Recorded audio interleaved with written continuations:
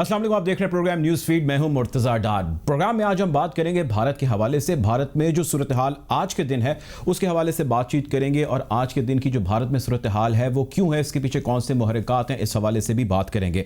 भारत में आज का दिन गोलियों की घन घरज में गुजरा। इंटरनेट का आज दिल्ली के अंदर ब्लैकआउट किया गया। प्रोटेस्ट का सिलसिला जारी है। भारत का किसान आज जितना भी है उसकी ज़्यादातर तादाद आज इस वक्त दिल्ली का घेराव किए बैठी है। इस प्रोग्राम होने तक दिल्ली के अंदर फसादात का सिलसिला जारी है। यह सिलसिला शुरू कहां से हुआ, इसके हवाले से आपको तफसीलात बताते हैं। मोदी गवर्नमेंट ने, मोदी सरकार ने 3 अदद बिल पास किए, एग्रीकल्चरल बिल जिसको कहा जाता है। इन कवानीन का मकसद ये था कि वहां पर जो प्राइवेटाइज सेक्टर है, जो प्राइवेट कंपनीज हैं, जो यहां से किसान से चीज़ लेती हैं, उसको डायरेक्ट उसके साथ लिंकेज कर दी जाए। बीच में जो मिडल मैन है उसका किरदार ख़त्म किया जाए। इन तीनों कवानीन को लेकर भारतीय किसान पहुंचा हुकूमत तक और उन्होंने कहा जी हम इन बिलों को मंजूर नहीं होने देंगे, हम इन बिलों को नहीं मानेंगे। इस वजह से हम एहतजाज करते हैं, प्रोटेस्ट करते हैं और उस प्रोटेस्ट और उस एहतजाज ने फिर धरने की सूरत इख्तियार कर ली। लगभग 2 माह से ज़ायद का वक्त हो चुका है किसानों का, जिनका ज़्यादातर ताल्लुक पंजाब और हरियाणा से है, जिनका ज़्यादातर ताल्लुक सिख कम्यूनिटी से है। उन्होंने ये धरना दिया, एहतजाज किया। दिल्ली के आउटस्कर्ट्स में वो जाकर बैठ के और हुकूमती पॉलिसीज़ को उन्होंने रद्द किया। इस हवाले से बहुत सारे राउंड्स ऑफ टॉक भी हुए और जितने भी राउंड्स ऑफ टॉक हुए वो फेल हुए, उसमें कोई खातिर खा पेशरफ नहीं हो सकी। मोदी किसी सूरत भी स्टेप बैक करने को तैयार नहीं है। वो चाहते हैं कि वहाँ पर प्राइवेटाइज जो सेक्टर है, नेशनल मल्टी नेशनल जो कंपनीज हैं, वो सिख के साथ डायरेक्ट हो जाएं, सिख कम्युनिटी यानी फार्मर्स के साथ डायरेक्ट हो जाएं और बीच में से जो मिडिल मैन है उसके रोल को प्ले कर दिया जाए। इस सारे सिलसिले के अंदर जो मेजॉरिटी ऑफ सिख वहाँ पर मौजूद हैं, जिनका ताल्लुक एग्रीकल्चरल लैंड से है, मेजॉरिटी ऑफ किसान जो वहाँ पर मौजूद हैं, उनका कहना यह है कि जो छोटा किसान है जिसकी तादाद ज़्यादा है वो इसमें मारा जाएगा। तो आप हमारे लिए इस कानून के अंदर तब्दीली कीजिए। मोदी सरकार एक मरतबा से फिर स्टेप बैक करने से परेशान है, कासिर है, नहीं करना चाहती। अब इस सारे सिलसिले के अंदर मोदी सरकार को बहुत सारी हजीमत है जो विद इन द इंडिया और बाहर जो इंडिया के जितने दूसरे दीगर ममालिक उनकी जानिब से भी उठानी पड़ी। हमने ये भी देखा कि कैनेडियन जो प्राइम मिनिस्टर है उनका भी सख्त बयान इस हवाले से सामने आया, जिसको उन्होंने दिल्ली गवर्नमेंट ने सख्त कंडेम किया और उन्होंने कहा जी हमारे इंटरनल मैटर है, आप इसके अंदर स्टेप ना करें। हमने ये भी देखा और भी इंटरनेशनल प्लेटफॉर्म्स पर ये आवाज़ें उठाई गई, कहीं कांग्रेस में तो कहीं पार्लियामेंट में दुनिया की उठाई गई आवाज़ें, लेकिन अभी तक सूरत हाल जूं की तू है। अब आज का दिन जो 26 तारीख है, भारत इस दिन को रिपब्लिक डे के तौर पर मनाता है और इस दिन को मनाए जाने का मकसद ये है कि इस दिन 1950 में भारत का कानून, पहला कानून पास हुआ। भारत उसकी याद में आज का दिन मनाता है और इसका प्रचार करता है कि ये कानून वो कानून है जिसके ऊपर हम सीना चौड़ा करके दुनिया के अंदर एक सेकुलर रियासत के तौर पर फिरते हैं। उसी कानून को लेकर उसी मुल्क के किसान जो है वो आज सड़कों पर हैं और उनके साथ साथ वो भी तमाम लोग सड़कों पर मौजूद हैं, बरसरे पेकार हैं जो इससे मुतासर हो रहे हैं। वो चाहे कश्मीरी हो या माइनॉरिटीज़ के लोग हों जो भारत के अंदर बसते हैं, वहाँ पर रहते हैं। प्रोग्राम में आज हम गुफ्तगू ये करेंगे कि मोदी सरकार जो हिंदुत्व का प्लान लेकर चली थी, वो प्लान आज किस जगह पर खड़ा है, मोदी की सरकार किस जगह पर खड़ी है, इंडिया इटसेल्फ किस जगह पर खड़ा है। ये तमाम चीज़ें भारतीयों के लिए और भारत के साथ जुड़े दीगर ममालिक के लिए किस हद तक ख़तरनाक हो सकती है। कश्मीरियों ने आज के दिन को ब्लैक डे के तौर पर ऑब्जर्व किया और उनका कहना यह था कि ये दिन जो है रिपब्लिक डे नहीं है, ये दिन ब्लैक डे है। कश्मीरियों के मौक़िफ़ की भी आज के प्रोग्राम में हम बातचीत करेंगे, मोदी सरकार की भी बातचीत करेंगे। गुफ्तगू को मज़ीद आगे बढ़ाएंगे। अभी प्रोग्राम में वक्त हुआ चाहता है ब्रेक का, ब्रेक की जाने पड़ते हैं।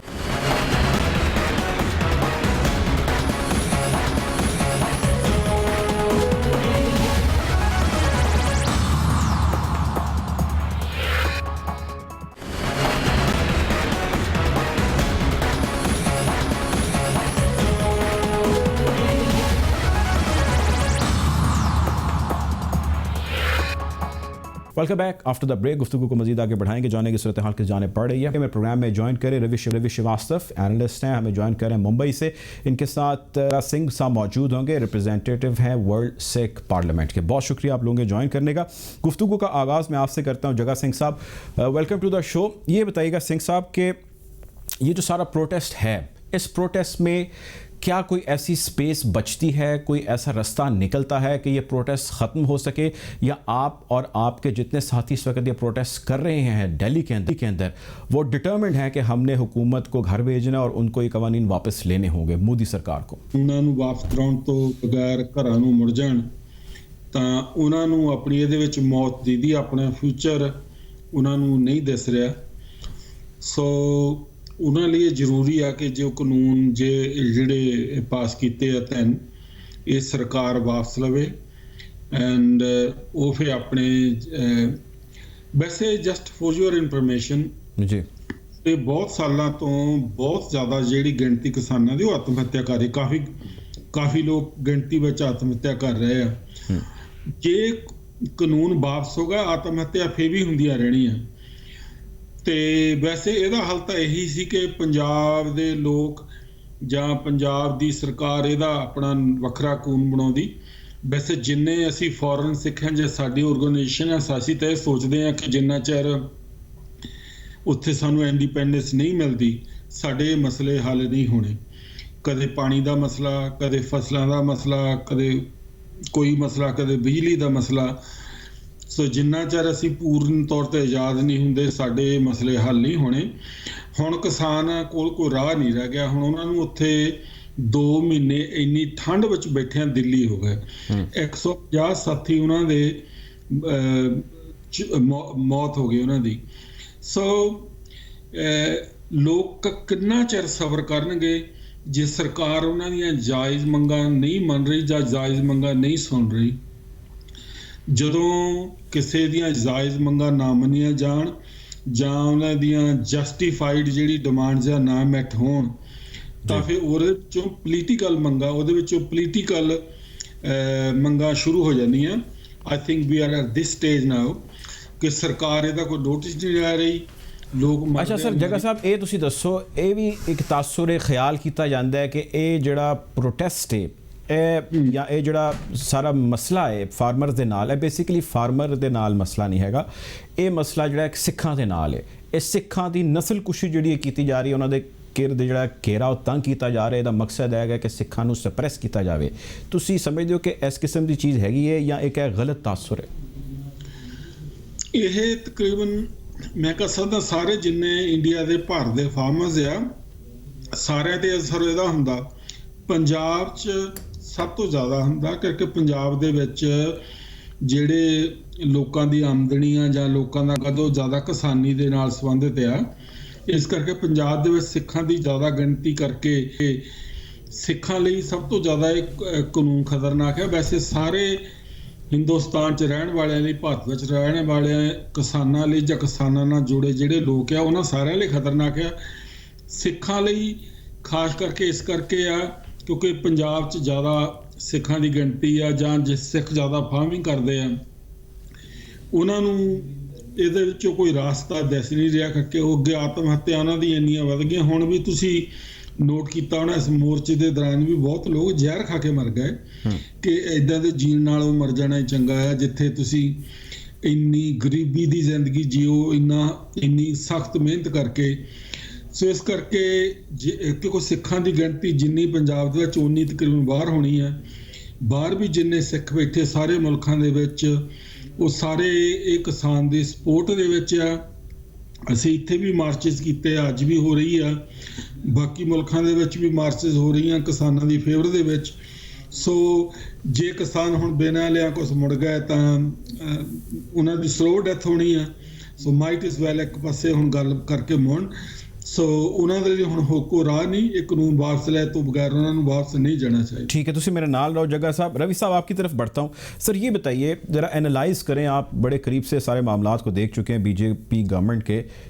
ये बताएं हमें, हमारे व्यूअर्स को, कि जो मोदी सरकार है, जो अमित शाह सरकार है, यानी इन दोनों का जो जॉइंट वेंचर है और ये जो पॉलिसीज़ लेकर चल रहे हैं अपने इस सेकेंड टेन्योर के अंदर, इसने इंडिया को विद इन इंडिया आपको लगता नहीं है कि उस नहज तक पहुंचा दिया जो शायद आज से पहले कभी नहीं थी, और आउटसाइड इंडिया भी उस नहज तक पहुंचा दिया जो आज से पहले कभी नहीं थी? ये तासुर ऐसा है? अगर है तो क्या आपके ख्याल से दुरुस्त है या ये गलत, ऐसा कुछ भी नहीं है? मुर्तज़ा साहब, बहुत गलत है, बेइंतहा गलत है। जो पहले 5 साल मोदी सरकार रही उस वक्त में ये अपने आप को एस्टेब्लिश कर रहे थे उस समय में इन्होंने कोई बड़े डिसीजंस नहीं लिए जिससे डिवीजन पैदा हो। लिए कुछ एक लिए इन्होंने, जैसे डिमोनेटाइजेशन था, जीएसटी था, अनएम्प्लॉयमेंट है, वो सब बर्बाद होता गया बिल्कुल। जब से इनका सेकेंड टेन्योर चालू हुआ मई 2019 से, इन्होंने ये डिसीजंस लेने शुरू किए जिससे हिंदुस्तान बंटवारा होना शुरू किया। जैसे चाहे वो राम मंदिर का डिसीजन हो, चाहे वो सीएए, एनपीआर, एनआरसी का डिसीजन हो, और अभी अभी आप ये देख रहे हैं जो ये किसानों का मुद्दा जो है वो इस कदर अब फैल गया है। ये सरकार जो है, ये यहाँ के कुछ 4-5 जो टॉप इंडस्ट्रियलिस्ट हैं उनकी गुलाम, उनकी पिट्ठू बन के रह गई है। इनका हर एम, इनका हर डिसीजन इस दिशा में है कि किस तरीके से उनकी दौलत जो है वो मल्टीप्लाई होती जाए। यहां पर आपने देखा होगा ये 2-3 जो कुनबे हैं यहाँ पे, उनकी जो एसेट्स हैं वो एक साल के अंदर 4 गुना 5 गुना बढ़ गई हैं, और जो गरीब है वो गरीब तबाह होता जा रहा है, नौकरियां खत्म हो रही हैं। और अब किसानों को ये दिख रहा है कि ये जो इस तरीके का ये बिल ला रहे हैं, इसको ला करके अंततः वो किसान जो है वो खुद अपनी जमीन पे मजदूर बन के रह जाएगा और मालिकाना हक इन प्राइवेट हाउसेस को चला जाएगा। ये बिल कुछ इस तरह का है। तो जो ये आड़तियों वाली बात है, मैं इसमें मानता हूं कि आड़तियों को जितना कम रखा जाए वो ठीक है, मगर जिस तरह के कानून ये बना रहे हैं वो ये थे कि जो आप उसके खिलाफ शिकायत भी करनी है तो कोर्ट आप शिकायत भी नहीं कर सकते कोर्ट में जाकर के। तो इसके बारे में तमिलनाडु के किसानों ने भी काफी दिल्ली के अंदर प्रदर्शन पहले किए थे। और ये जो किसान आंदोलन है ये 65 दिन का नहीं है, ये पिछले 6 महीने से चल रहा है। वहां पे कांग्रेस के राहुल गांधी ने पूरे पंजाब के अंदर ट्रैक्टर रैली निकाली थी और तमाम हजारों लोग उसमें शामिल हुए थे। वहां पे रेल रोको हुआ, गाड़ियां बंद कर दी गई, और अब वो किसान मजबूर होकर के दिल्ली के बॉर्डर पे आके इस 1 डिग्री 2 डिग्री ठंड में पिछले 2 महीने से बैठे हुए हैं। 100 से ऊपर उन लोगों की मौतें हो चुकी हैं। और आज का दिन, मैं आपको बताऊं कि आज का दिन शायद हिंदुस्तान के इतिहास में एक तरीके का काला दिन होगा कि जहां पर ये गणतंत्र दिवस, अपना जो रिपब्लिक डे मना रहे हैं, वहीं पर एक ट्रैक्टरों की परेड दिल्ली कैपिटल के अंदर हो रही है। और उन लोगों ने जो दिल्ली का मशहूर लाल किला है उसके ऊपर एक झंडा फहराया जाकर के जो गुरु नानक देव जी का है, तो वो झंडा वहां पे लगा दिया गया जाकर के, और पूरे शहर के अंदर ट्रैक्टरों की पूरी भीड़ लग गई, पूरे ट्रैफिक जैम हो गए, और एक शख्स की मौत भी हो गई है। उसकी अभी पक्की जानकारी नहीं मिली है कि वो ट्रैक्टर उलटने से एक्सीडेंट हुआ या पुलिस ने कोई एक्शन लिया उसकी वजह से मौत हुई, मगर एक शख्स की 26 साल के मौत भी हो गई है। गुफ्तगू को मजीद आगे बढ़ाएंगे, अभी प्रोग्राम में वक्त हुआ चाहता है एक ब्रेक का, ब्रेक जाने पड़ते हैं।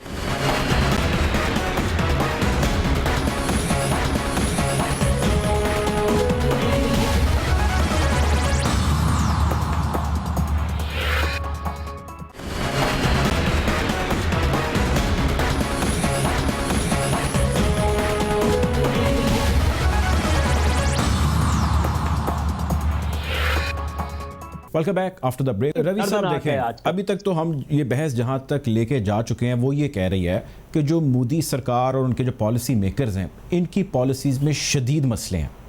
और ये आप या मैं नहीं कह रहे, बहुत सारे थिंक टैंक्स कह रहे हैं, एनालिस्ट कह रहे हैं, बहुत सारे नाक़दीन ये चीज़ कह रहे हैं कि this is where India is heading.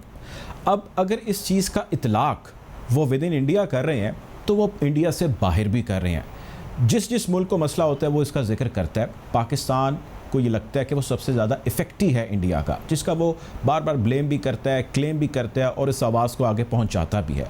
अब अगर पाकिस्तान ये कहता है तो इंडिया उसको कहता है नहीं जी ये तो हमारा दुश्मन मुल्क है इसलिए यूँ कह रहा है, चूँकि उसने तो कहना ही, अगर हम अच्छा काम भी कोई करेंगे तो ये तमाम चीज़ें क्या एक एविडेंस के तौर पे सामने नहीं आ रही कि एक ऐसी गवर्नमेंट, एक ऐसा माइंडसेट, ऐसे लोग यहाँ पर आकर बैठ चुके हैं जो इंडिया सेकुलर स्टेट होने का कभी सीना चौड़ा करके दावा करता है कि जी हम दुनिया की सबसे बड़ी डेमोक्रेसी हैं, हमारे यहाँ हर तरह के रंग नस्ल के लोग रहते हैं और हम बड़े अच्छे तरीके से लेकर चल रहे हैं। अब ऐसा नहीं है।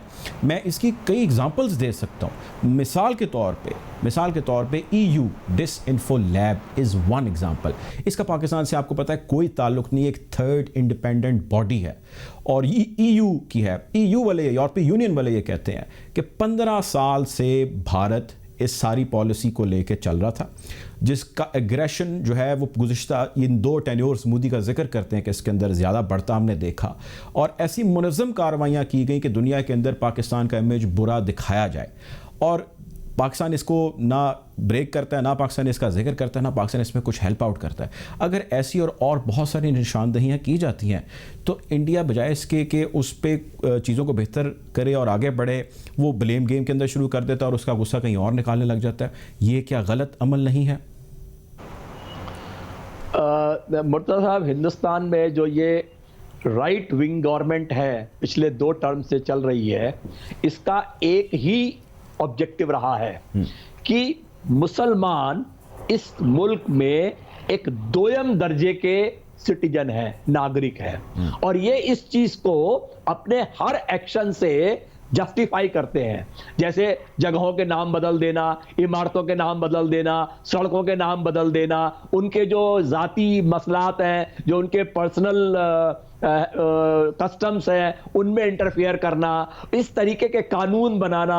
जैसे लव जिहाद का नाम सुना होगा आपने, जैसे 3 तलाक का नाम सुना होगा आपने। इस तरह के कानून बनाना जानबूझ करके उनके जो जाती मामले हैं उनमें इंटरफियर करना, ये एक इनका फैशन रहा है। इनके कई मुख्यमंत्री जो हैं, जैसे आदित्यनाथ है उत्तर प्रदेश के, चाहे मध्य प्रदेश के शिवराज सिंह चौहान है, चाहे मनोहर लाल खट्टर है, ये सब आरएसएस वाले लोग जो हैं, उनका एक ही एजेंडा है कि किसी तरीके से यहां पर जो हिंदुस्तान में मुसलमान हैं उनको दूसरे दर्जे पर रखा जाए, उनकी हर चीज के अंदर दखलंदाजी की जाए। देखिए, मेरा इसमें एक बड़ा स्पष्ट एनालिसिस है। हिंदुस्तान के कुछ लोग जो ये राइट विंगर हैं, ये एक हवा बना के रखे हुए हैं कि कोई भी बात अगर सरकार के खिलाफ बोलेगा, तुम पाकिस्तान चले जाओ, ये पाकिस्तानी है, ये पाकिस्तान की बात करता है, पाकिस्तान हमारा सबसे बड़ा दुश्मन है। मैं ये पूछता हूं इस सरकार से कि तुम्हारा दुश्मन पाकिस्तान नहीं है भाई, वो तुमसे 1/4 1/6 उनकी पॉपुलेशन है, वो हर लिहाज से तुम्हारे से अपने वजूद को कायम रखे हुए है। तुम्हारा दुश्मन तो चीन है, जिसने तुम्हारी हजारों किलोमीटर की जमीन हड़प ली है। उनके सामने तुम्हारे 56 इंच के प्रधानमंत्री का कोई मुंह नहीं खुलता। उन्होंने जो कब्जा कर लिया, उन्होंने हिंदुस्तानी जो सैनिक हमारे शहीद कर दिए गलवान के अंदर, उसका कोई बदला नहीं, उनकी कोई बात नहीं करता है। अभी उन्होंने 4 किलोमीटर पे अरुणाचल के अंदर पूरा एक गांव खड़ा कर लिया अपना 1.5 साल के अंदर, एकदम बॉर्डर पर। तो इस तरीके की बात पर आप उनको कोई जवाब नहीं दे सकते। मैं सर उनके सामने बिल्कुल ठीक कह रहे हैं मेरे साहब, इस पे आता हूं मैं जगह साहब की तरफ जाऊंगा। पाकिस्तान हमारा दुश्मन है। मैं जोगा साहब की तरफ जाऊंगा। सर ये बताइएगा सिंह साहब के जिस तरह ये निशानदेही कर रहे हैं इस वक्त रवि साहब और बता रहे हैं जो सूरत हाल है, अब जो सिखों का प्रोटेस्ट जारी है इसमें कई सिख जो है वो अपनी जान की बाजी हार चुके हैं। प्रोटेस्ट के अंदर हमने देखा कि कुछ शूटर भी पकड़े जा रहे हैं। ऐसे शूटर पकड़े गए जिसने खुद टीवी पे आके क्लेम किया और एडमिट किया कि जी मुझे वहाँ की मकामी पुलिस ने भेजा, जाके कहा कि ये 4 बंदे मार के आओ जो सिख कम्युनिटी के वहाँ पर मौजूद हैं लीडर्स, और उस पर एक प्रेस टॉक की और उन्होंने पुलिस के हवाले किया। और फिर इंडिया के, ये मैं अपनी तरफ से नहीं कह रहे, इंडिया के अखबारात कह रहे हैं, और फिर इंडिया का अखबार ये कहते हैं कि पुलिस वालों ने, ये भी इतलात है हमारे पास, हमारे सोर्सेज ये कहते हैं कि उसको मारा कि तुमने ये बयान क्यों दिया और उसकी जान जो है वो मुश्किल में फंसी हुई है। ये किस किस्म की पॉलिसी है जो आगे बढ़ती चली जा रही है? गवर्नमेंट किसी सूरत भी स्टेप बैक करने को तैयार नहीं है। ये बताएं कि आप या आपकी कम्युनिटी के कोई लोग कोई और रास्ता इख्तियार करेंगे या आप कहेंगे नहीं जी हम यहाँ पर डटे रहेंगे? डटने के लिए हिम्मत भी चाहिए, हौसला भी और पैसा भी। ਅਸੀਂ ਤਾਂ ਬਾਹਰਲੇ ਦੇਸ਼ਾਂ ਦੇ ਵਿੱਚ ਜਿਹੜੇ ਸਿੱਖ ਰਹਿੰਦੇ ਅਰਾਊਂਡ ਦਾ ਵਰਲਡ, ਉਹ ਸਾਰੇ ਕਹਿ ਰਹੇ ਕਿ ਇਹ ਜਿੰਨਾ ਚਿਰ ਕਾਨੂੰਨ ਵਾਪਸ ਨਹੀਂ ਹੁੰਦੇ ਇਹਨਾਂ ਨੂੰ ਡਟੇ ਰਹਿਣਾ ਪੈਣਾ, ਕਿਉਂਕਿ ਵਾਪਸ ਜਾ ਕੇ ਵੀ they will die slow death. Might as well ਇੱਕ ਪਾਸੇ ਗੱਲ ਕਰਨ। ਹੁਣ ਵੈਸੇ ਮੈਂ ਫੇਰ ਗੱਲ ਕਹਿਣਾ, ਜਿੰਨਾ ਚਿਰ ਸਿੱਖ ਜਾਂ ਪੰਜਾਬ ਜਾਂ ਅਸੀਂ ਆਜ਼ਾਦ ਨਹੀਂ ਹੁੰਦੇ ਉਹਨਾਂ ਚਿਰ ਸਾਡੇ ਮਸਲਿਆਂ ਦਾ ਹੱਲ ਨਹੀਂ ਹੋਣਾ। ਅਸੀਂ ਛੋਟੇ ਛੋਟੇ ਮਸਲਿਆਂ ਲਈ ਪ੍ਰੋਟੈਸਟ ਕਰਦੇ ਹਾਂ, ਆਪਣੀ ਆਜ਼ਾਦੀ ਲਈ ਸਾਨੂੰ ਕਰਨੀ ਚਾਹੀਦੀ ਆ। ਕਮਿੰਗ ਬੈਕ ਟੂ ਆਹ ਜਿਹੜਾ ਪੁਆਇੰਟ, ਅੱਜ ਵੀ ਉੱਥੇ ਬੰਦਾ ਫੜਿਆ ਗਿਆ ਜਿਹਦੇ ਕੋਲੋਂ ਪੁਲਿਸ ਦੀ ਆਇਡੈਂਟੀਫਿਕੇਸ਼ਨ ਵੀ ਮਿਲੀ ਆ, ਜਿਹੜੇ ਬੱਸਾਂ ਦੇ ਸ਼ੀਸ਼ੇ ਵਗੈਰਾ ਤੋੜ ਰਿਹਾ ਸੀ।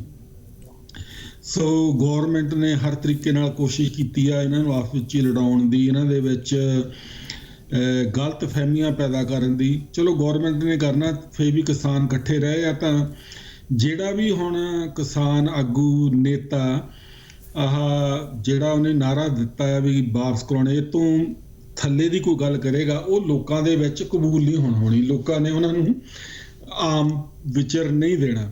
ਜਿਹੜੀ ਮੇਰੇ ਦੋਸਤ ਨੇ ਗੱਲ ਕਹੀ ਹੈ ਕਿ ਜਦੋਂ ਦੀ ਇਹ ਸਰਕਾਰ ਆਈ ਹੈ ਨਾ, ਇਹਨਾਂ ਨੇ ਕਦੇ 370 ਵਾਲਾ ਕਾਨੂੰਨ ਖਤਮ ਕਰ ਦਿੱਤਾ, ਫਿਰ ਜਿਹੜੇ ਉੱਥੇ ਦਿੱਲੀ ਮੁਜ਼ਾਹਰਾ ਕਰਦੇ ਸੀ ਖਾਸ ਕਰ ਮੁਸਲਮਾਨ ਔਰਤਾਂ ਜਾਂ ਮੁਸਲਿਮ ਦੇ ਨਾਲ ਜਿਹੜੇ ਰਿਲੇਟਡ ਆਪਣੇ ਉੱਥੇ ਦੇ ਲੋਕ ਸੀ, ਉਹਨਾਂ ਤੇ ਲਾਠੀ ਚਾਰਜ ਕੀਤਾ, ਉਹਨਾਂ ਨੂੰ ਵੀ ਤੰਗ ਕੀਤਾ। ਉਸ ਤੋਂ ਬਾਅਦ ਯੂਨੀਵਰਸਿਟੀ ਦੇ ਸਟੂਡੈਂਟਾਂ ਨੂੰ ਵੀ ਬਹੁਤ ਤੰਗ ਕੀਤਾ। ਹੁਣ ਉਹਨਾਂ ਮੂਹਰੇ ਕਿਸਾਨ ਅੜ ਗਏ। ਉਹ ਸੋਚਦੇ ਆ ਸਾਡੇ ਲਈ ਚੈਲੰਜ ਆ ਵੀ ਕੋਈ ਕੌਮ ਕੋਈ ਸਾਡੇ ਮੂਹਰੇ ਖੜਾ ਨਹੀਂ ਹੋਇਆ, ਇਹ ਸਾਡੇ ਮੂਹਰੇ ਪੰਜਾਬੀ ਖੜ ਗਿਆ ਜਾਂ ਕਿਸਾਨ ਖੜ ਗਿਆ। ਸੋ ਗਵਰਨਮੈਂਟ ਇਸ ਕਾਨੂੰਨਾਂ ਨੂੰ ਵਾਪਸ ਲੈਣਾ ਆਪਣੀ ਬੇਇੱਜ਼ਤੀ ਸਮਝਦੀ ਆ। ਪਰ ਲੁਕਿੰਗ ਐਟ ਇਟ ਜਿਹੜਾ ਮੋਦੀ ਆ, ਹੁਣ ਤੁਹਾਨੂੰ ਇੱਕ ਐਗਜ਼ਾਮਪਲ ਦੇਵਾਂ, 100 ਤੋਂ ਵੱਧ MP ਇੰਗਲੈਂਡ ਦੇ ਲਿਖ ਚੁੱਕੇ ਆ। ਇੱਥੇ ਦੇ ਆਪਣੇ ਫੋਰਨ ਮਿਨਿਸਟਰ ਨੂੰ, ਪ੍ਰਾਈਮ ਮਿਨਿਸਟਰ ਨੂੰ ਵੀ ਇੰਡੀਆ ਦੇ ਨਾਲ ਗੱਲਬਾਤ ਕਰਿਆ। ਫਾਰਮਿੰਗ ਵਾਲਿਆਂ ਦੇ ਨਾਲ ਉਹ ਬੇਇਨਸਾਫੀ ਕਰ ਰਹੇ ਆ। ਜਿਹੜਾ ਮੋਦੀ ਆ ਹੁਣ ਉਹ ਲੋਕਾਂ ਦਾ ਜਿਹੜਾ ਭਰੋਸਾ ਆ ਗਵਾ ਚੁੱਕਾ ਆ। ਜੇ ਉਹਦੀ ਆਤਮਾ ਜਾਗਦੀ ਹੋਵੇ, ਹੀ ਸ਼ੁੱਡ ਰਿਜ਼ਾਈਨ। ਉਹਨੂੰ ਕੋਈ ਹੱਕ ਨਹੀਂ ਹੁਣ ਉੱਥੇ ਦਾ ਪ੍ਰਧਾਨ ਮੰਤਰੀ ਰਹਿਣ ਦਾ। ਜਿਹੜਾ ਲੋਕਾਂ ਦਾ ਭਰੋਸਾ ਗਵਾ ਚੁੱਕਾ ਆ, ਉਹਨੂੰ ਉੱਥੇ ਦਾ ਪ੍ਰਧਾਨ ਮੰਤਰੀ ਰਹਿਣ ਦਾ ਕੋਈ ਹੱਕ ਨਹੀਂ ਹੈ। ਜਿਹੜਾ ਭਰੋਸਾ ਗਵਾ ਚੁੱਕੇ ਉਹਨੂੰ ਪ੍ਰਧਾਨ ਮੰਤਰੀ ਰਹਿਣ ਦੀ ਕੋਈ ਲੋੜ नहीं हैगी दी साढ़े। ठीक है सर, तुझे साढ़े नाल रहो। आखिरी सवाल सर आपसे रवि श्रीवास्तव साहब, सर ये बताएं कि अभी हमने विद इन इंडिया और आउटसाइड इंडिया की जो पॉलिसी है उसका हमने जिक्र किया। अब थोड़ी सी बात करते हैं सिक्योरिटी के हवाले से। मुझे पता ही आपका उस तरह टॉपिक नहीं है, लेकिन मेरा सवाल उससे थोड़ा सा मुख्तलिफ है। अर्नब गोस्वामी की खबर हमें भारतीय मीडिया से पता लगी और अर्नब गोस्वामी की खबर इंटरनेशनल तमाम मीडिया ने कवर की। और अर्नब गोस्वामी का पाकिस्तान के बारे में क्या नैरेटिव राय, मैं उस पर नहीं जाता। चलें, मैं आपसे ये पूछता हूँ, आप मुझे ये बताइए कि जो वहाँ की ऑपोजिशन पार्टीज़ हैं, बीजेपी के जो अगेंस्ट हैं, ओपोनेंट हैं, इस वक्त वो बरसरे पेकार हैं। वो अर्नब गोस्वामी वाले सारे मैटर को, Arnab Goswami is a face, वो इस चीज़ को लेके बड़े गुस्से में है, एग्रेशन में है कि भाई आपने इस सिक्योरिटी को लेके ये जो पॉलिसीज़ बनाई और ये जो सारी व्हाट्सएप कॉल और मैसेजेस जो चैट लीक हुए, वो इस चीज़ को इंडिकेट कर रही हैं दैट आपको पता था कि पुलवामा का हमला होने जा रहा है, आपको पता था कि आप पाकिस्तान के साथ उसके रिबटल में क्या करने जा रहे हैं। आपको इस सारी एक्सरसाइजेस के अंदर अपने भारतीय फौजी खुद मरवाना पड़े, आपको पाकिस्तान से उसका जवाब खाना पड़ा, आपको हजीमत उठानी पड़ी। इस सारी एक्सरसाइज का क्या मकसद, पहली चीज़। और दूसरी चीज़ ये कि ये सारा कर लेने से कौन सा आपने बड़ा तीर मार लिया जो आज से पहले आपने नहीं मारा था, और किस किस्म की सिक्योरिटी है कि उसकी ब्रीचेस इस जगहों पे इस तरह से हो रही हैं।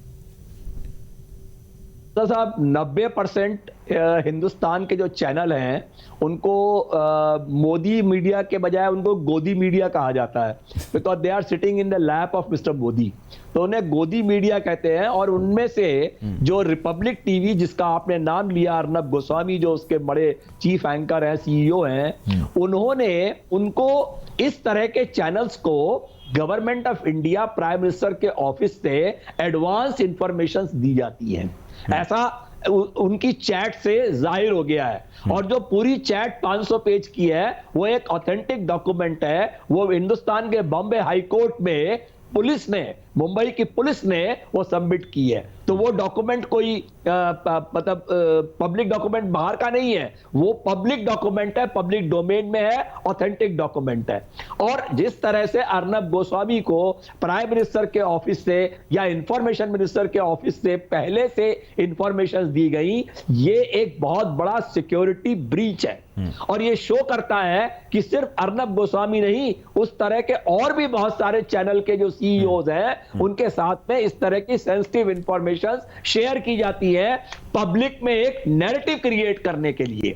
ये सब पब्लिक में नैरेटिव क्रिएट किया जाता है। सर वो भी तो क्रिएट नहीं हो रहा नैरेटिव, यही सवाल है कि वो क्रिएट भी नहीं हो पा रहा, वो एक्सपोज हो जाता है, लीक हो जाती है सारी चीजें, और आप दुनिया के आगे एक्सप्लेनेशंस दे रहे हैं। एक्सपोज हो रहे हैं यस, वो एक्सपोज हो रहे हैं इस तरीके की अपनी हरकतों से, मगर उनकी कोशिश अब तक यही थी कि इससे एक नैरेटिव बनाया जाए पब्लिक के अंदर कि मोदी कितना एग्रेसिवली काम कर रहा है, मोदी कितना बदला ले रहा है, या मोदी किस तरह से यहाँ पे देश की रक्षा के लिए अब जो नेशनलिज्म का एक नैरेटिव क्रिएट किया जाता है हिंदुस्तान में, वो बनाने की कोशिश की जाती है, मगर अब वो एक्सपोज हो रहे हैं क्योंकि एक्सपोज हो रहे हैं। बहुत शुक्रिया जी, हमारे साथ रवि श्रीवास्तव साहब मौजूद है, जोगा सिंह साहब मौजूद थे। रवि साहब सीनियर एनालिस्ट हैं, मौजूद हैं मुंबई के अंदर। जोगा सिंह साहब वर्ल्ड सिख रिप्रेजेंटेटिव हैं, पार्लियामेंटेरियन हैं। बहुत शुक्रिया आप सबके वक्त का। प्रोग्राम में वक्त हो जाता है ब्रेक की जाने पड़ते हैं।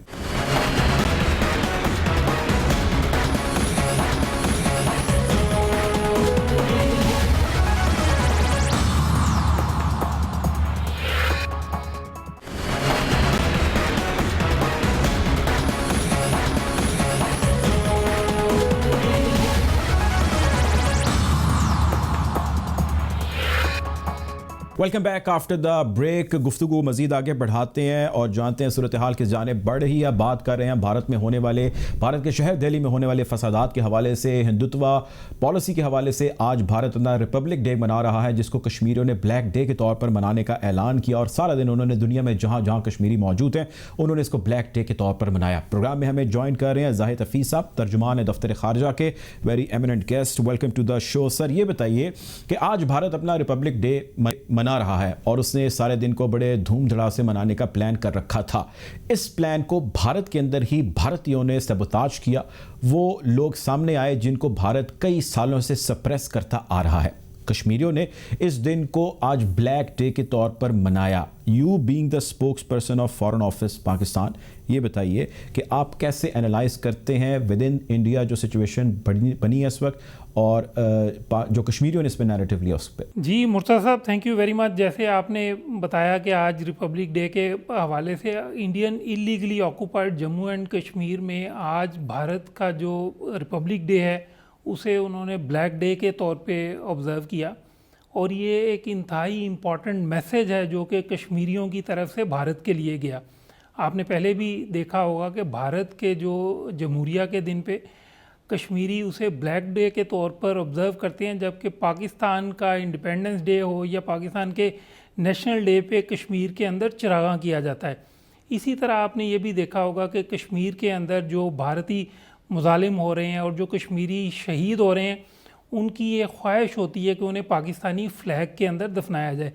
तो ये वो बॉन्ड है कश्मीरियों का पाकिस्तान के साथ, जो हम पूरी दुनिया को ये बात बावर कराने की कोशिश करते हैं कि कश्मीरियों का पाकिस्तान के साथ एक ना टूटने वाला एक रिश्ता है, एक ताल्लुक़ है।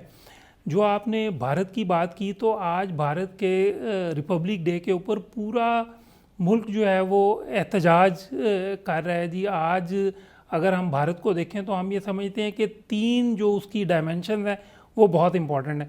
सबसे पहले जैसे मैंने बात की Indian illegally occupied Jammu and Kashmir की, वहाँ पे एक कंटिन्यूइंग है जी इनह्यूमन इलीगल मिलिट्री सीज, वहाँ पे कम्युनिकेशन ब्लॉकेट है जी, वहाँ पे मीडिया ब्लैकआउट है, वहाँ पे हर रोज़ एक्स्ट्रा जुडिशल किलिंग्स में कश्मीरियों को शहीद किया जा रहा है, कश्मीरियों के घरों को जलाया जा रहा है to inflict collective punishment on the Kashmiris. तो ये सारी चीज़ें जो हालात हैं वो पूरी दुनिया के सामने हैं। दूसरी जो मैं डायमेंशन की बात कर रहा हूँ, अगर आप देखें कि भारत के अंदर आज जो अक़लियतों के साथ सलूक रवा रखा जा रहा है उसमें ख़ास तौर पे मुसलमानों के अगेंस्ट डिस्क्रिमिनेशन है, जिस तरह उन्हें डिमोनाइज़ किया जा रहा है, जिस तरह मुसलमानों की रिलीजियस प्लेसेस जो है उसे डिस्ट्रॉय किया जा रहा है। तो बाबरी मस्जिद का वाक़या जो वो हमारे सब के सामने है। तो आज भारत में कोई भी महफूज नहीं है। जो उनकी एक्सट्रीमिस्ट हिंदुत्व आइडियोलॉजी है वहाँ पे, और ये जो भारत का जुनून है आज उसकी बदौलत कोई भी भारत में अपने आप को महफूज नहीं समझता। ना सिर्फ मुसलमान बल्कि आपने देखा होगा जी पाकिस्तान से जो एक फैमिली हिंदू फैमिली थी जोधपुर में, जिस तरह वहाँ पे 11 पाकिस्तानी हिंदू फैमिली को अंडर मिस्टीरियस सर्कमस्टांसेस उनकी डेथ हुई। तो हम ये समझते हैं कि आज भारत के अंदर कोई भी महफूज नहीं है। फिर जो तीसरी उसकी इंतहाई इम्पॉर्टेंट डायमेंशन है वो है जी कि भारत आज अपने इर्रिस्पॉन्सिबल गैर जिम्मेदाराना रवैये की वजह से पूरे खित्ते के अमन और सलामती के लिए एक ख़तरा बन चुका है। आपने देखा पाकिस्तान के साथ उनके जो हालात हैं, इसी तरह बाकी और हमसाया ममालिक जो हैं उनके साथ जो हालात हैं, तो हम ये समझते हैं कि भारत के लिए इस वक्त इंतहाई ज़रूरी है कि वो अपनी एक्सट्रीमिस्ट हिंदुत्व आइडियोलॉजी को तर्क करे, अपना जो उसका एक जारहाना रवैया है खित्ते के अंदर उसे तर्क करे, और एक हमसायों की तरह रहने की जो एग्जांपल्स पूरी दुनिया में हम ये देखते हैं कि किस तरह हमसाया ममालिक जो है वो एक दूसरे के पीस सिक्योरिटी में कंट्रीब्यूट करते हैं, उनकी इकनॉमिक और सोशल डेवलपमेंट में कंट्रीब्यूट करते हैं। तो भारत को भी अपने ये मनफी रवैये को तर्क करके मुस्बत रवैया अपनाना पड़ेगा जी। ये तो जाहिर साहब देखें, ये बात तो आपकी अपनी जगह दुरुस्त है, वो बात ठीक है। ये बताएं कि अब जो कश्मीरियों का मौक़िफ़ है या जो कश्मीरी का नैरेटिव है या कश्मीरी जो चीज़ चाहते हैं, जो उनका हक़ खुद इरादियत है, उस समेत जो भी उनकी ज़रूरियात हैं उसको पूरा करने के लिए, जो उनकी हक़ है उसको पूरा करने के लिए पाकिस्तान जिस फोरम पर जा सकता था पाकिस्तान गया, जहाँ पे प्रचार किया जा सकता हमने किया, जिसको जहाँ जो बताना था हमने किया। ये बताएं कि जिस पॉलिसी के साथ और जिस स्पीड के साथ आपकी मिनिस्ट्री आगे बढ़ रही है कश्मीरियों के कॉज को लेके, वो ठीक है? नहीं, बिल्कुल ऐसे ही देखें, जब हम कश्मीर की बात करते हैं तो हम ये समझते हैं कि मसला कश्मीर की 3 डायमेंशंस हैं जी। सबसे पहली तो उसकी लीगल डायमेंशन है, और उसमें जिस तरह हम बात करते हैं यूनाइटेड नेशंस सिक्योरिटी काउंसिल की, यूनाइटेड नेशन सिक्योरिटी काउंसिल की जो रेजोल्यूशंस हैं वो आज भी उतनी ही वैलिड हैं जितनी कि वो माजी में थी। आपने ये देखा होगा कि 5 अगस्त 2019 से लेकर अब तक 3 मरतबा यूनाइटेड नेशंस सिक्योरिटी काउंसिल की उसके ऊपर मीटिंग हो चुकी है और मसला कश्मीर वहाँ पे डिस्कस हुआ। यूनाइटेड नेशंस के सेक्रेटरी जनरल जब बात करते हैं तो वो ये कहते हैं कि जी वो समझते हैं कि कश्मीर का एक मसला है, ये एक बैनुल-अक़वामी मसला है और इसका हल होना चाहिए according to United Nations Security Council resolutions. इसी तरह आपने OIC का देखा होगा, अभी जो नीचे न्यामे में रेजोल्यूशन पास हुई, न्यामे डिक्लेरेशन के अंदर इसका जिक्र हुआ। तो पूरी दुनिया आज इस अमर को समझ रही है कि मसला कश्मीर एक तनाज़े है और इसका पुरअमन हल सिर्फ़ और सिर्फ अक़वाम मुत्तहिदा की सिक्योरिटी काउंसिल की रेजोल्यूशंस की फुल इम्प्लीमेंटेशन में है। तो दूसरी जो उसकी डायमेंशन है जी वो है ह्यूमन राइट्स डायमेंशन। आज भारत के अंदर जो हर तरह की ह्यूमन राइट वायलेशन हो रही है, जिस तरह बुरी तरह से कश्मीरियों के हुकूक को सलब किया जा रहा है, उसके ऊपर आज पूरी दुनिया से आवाज़ें उठ रही हैं। आपने देखा कि पूरी दुनिया की पार्लियामेंट्स के अंदर उस पर बात हो रही है। रिसेंटली अभी यूनाइटेड किंगडम की पार्लियामेंट के अंदर एक डिबेट हुई जिसमें खुल के भरपूर तरीके से UK पार्लियामेंटेरियंस जो है वो उन्होंने कश्मीर के अंदर जो ह्यूमन राइट्स वायलेशन है उसकी बात की। मसला कश्मीर को अक़वाम मुत्तहिदा की करारदादों के मुताबिक हल करने के अमर पर उन्होंने बात की। US कांग्रेस के अंदर जो है वो इसके ऊपर बात हुई। यूनाइटेड नेशन सिक्योरिटी काउंसिल के अलावा उनकी यूनाइटेड नेशंस की जो ह्यूमन राइट्स मशीनरी है उसके अंदर United Nations human right commissioner जो हैं उन्होंने, तो हम ये समझते हैं कि जी ये हर फोरम के ऊपर इसके ऊपर बात हो रही है। International human rights humanitarian organisations आवाज़ उठा रही हैं, इंटरनेशनल मीडिया इसके ऊपर आवाज़ उठा रहा है। और जो तीसरी हम ये समझते हैं कि इंतहाई अहम डायमेंशन है इस डिस्प्यूट की, वो है जी पीस एंड सिक्योरिटी। हम ये भी समझते हैं कि आज भारत अपनी पॉलिसीज़ की वजह से, अपना जो मनफी रवैया है उस वजह से, जो उसकी बिलिजरेंट रेटरिक है उसकी वजह से पूरे खित्ते के अमन और सलामती के लिए एक ख़तरा बन चुका है। और अक़वाम मुत्तहिदा की सिक्योरिटी काउंसिल की ये ज़िम्मेदारी है to maintain international peace and security.